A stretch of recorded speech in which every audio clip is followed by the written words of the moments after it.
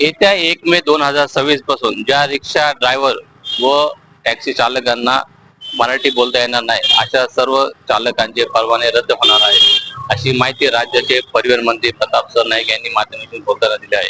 नमस्कार, मी मच्छिंद्र मोरे, आपलं स्वागत आहे.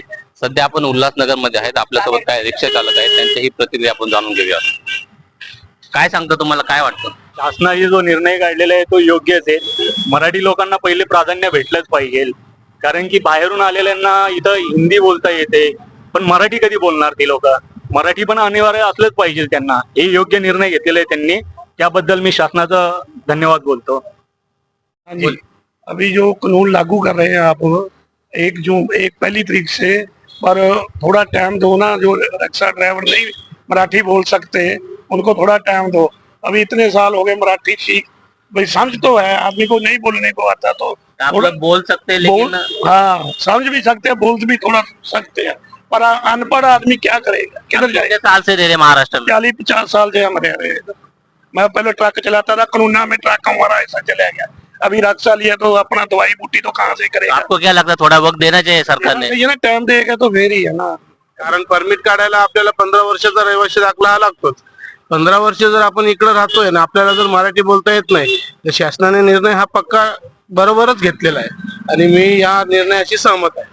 जेव्हा यांनी परवाना जेव्हा दिला तेव्हा डॉक्युमेंट तर सगळे बघितलेले त्यांनी, मग तेव्हा त्यांनी त्या साहेबांनी त्यांना मराठीमधून विचारपूस करायला पाहिजे होती, तेव्हा त्यांच्या परवान्यावरती याच्यावरती ते सही करायला पाहिजे होती. काय आता तुम्ही म्हणताय त्यांना मराठी येत नाही, त्यांना त्यांचं हे करणार ते करणार, तर हे किती म्हणजे खूप काय तुम्हाला तकलीफ होला करे ऍक्च्युली. काय मी त्यांना त्यांचा पण पैसा पाणी घेतलेला आहे, लावलाय त्यांनी तेवढा, या शोरूमच्या गाड्या काढलेल्या आहेत त्यांनी, तर ह्याच्याबद्दल तुम्ही काय ऍक्शन घेणार? सरकार काय ऍक्शन घेणार याच्यावरती? तर मला तर वाटतं की बाबा भरपूर लोक असे मराठी बोलणारे खूप आहेत आपल्या महाराष्ट्रामध्ये, जे काही बाहेरून आलेले आहेत ना, मराठी बोलणारे खूप आहेत. त्या टायमाला आरटीओच्या साहेबांनी त्यांची इंटरव्ह्यू घ्यायला पाहिजे होती मराठीमध्ये, कारण महाराष्ट्र आहे, महाराष्ट्रामध्ये प्रत्येकाला मराठी येणं गरजेचं आहे.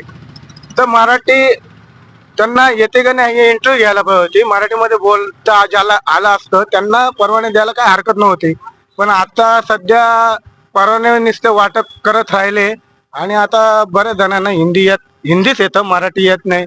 कारण बहुतेक UP बिहारचे लोक आहेत, त्यांना मराठी येत नाही, पण परवाने वाटताना इंटरव्ह्यू घ्यायला पाहिजे होती. तुम्हाला काय वाटतं, सरकारने जो निर्णय घेतला ते योग्य आहे का अयोग्य आहे? सरकारने हा निर्णय घेतला अयोग्य आहे, कारण आता सगळ्यांना परवाने भेटले, त्यांनी एवढा खर्च केलेला आहे, एवढ्या गाड्या घेतल्या 3-3-3.5 लाखाचे हप्ते, आता त्यांचे परवाने रद्द झाले तर मग त्या गाड्यांचं त्यांनी काय करावं? हप्ते कोण भरणार? त्यांचे ते हप्ते भरून पोट भरत होते, संसार चालवत होते, आता त्यांचे परवाने रद्द झाले तर त्यांना खायची उपासमारी होईल. तर मला असं म्हणायचं की आपण महाराष्ट्रात राहतो, तर महाराष्ट्रात इतर राज्यातले कुठली रहिवासी असेल त्या लोकांना मराठी येणं आवश्यक आहे. बाकी तुम्ही कुठल्याही राज्यातले असेल किंवा इथले स्थानिक असणार तुम्ही एवढ्या दिवसापासून, तर ह्या महाराष्ट्रात राहतात, तर तुम्हाला मराठी येणं गरजेचं आहे. माझं एवढं म्हणणं आहे की मराठी येणं गरजेचं आहे. त्याबद्दल तुम्ही ज्यांना कोणाला मराठी येत असेल त्यांचे परवाने रद्द करू नका, पण ज्यांना येत नसेल त्यांचे नक्की करा. आपण इतर राज्यात गेलो तर आपल्याला ते लोक आपल्या भाषेत ते उत्तर देत नाही, त्यांची भाषा आपल्याला म्हणजे बोलायला लावतात. समजा तामिळला गेलो, इतर राज्यात गेलो तर आपल्याला बोलायला लावतात. मला बद्दल त्यामध्ये एवढंच वाटतं की शासनाने जो निर्णय घेतलाय प्रताप सरनाईक सरांनी, तो योग्यच घेतला असेल. कारण भरपूर रिक्षा परवाने झालेले आहेत, ते 15-20 वर्षाला इथे राहतात, त्यांना मराठी तर यायलाच पाहिजे. काही रिक्षा चालकांनी शासनाने घेतलेल्या निर्णयाचं स्वागत केलंय, मात्र जे रिक्षा चालक मराठी बोलत नाही त्यांनी शासनाकडे मराठी शिकण्यासाठी काही दिवसाचा वेळ द्या अशी मागणी केली आहे. कॅमेरामन गणेश डोकेसह मच्छिंद्र मोरे, उल्हासनगर.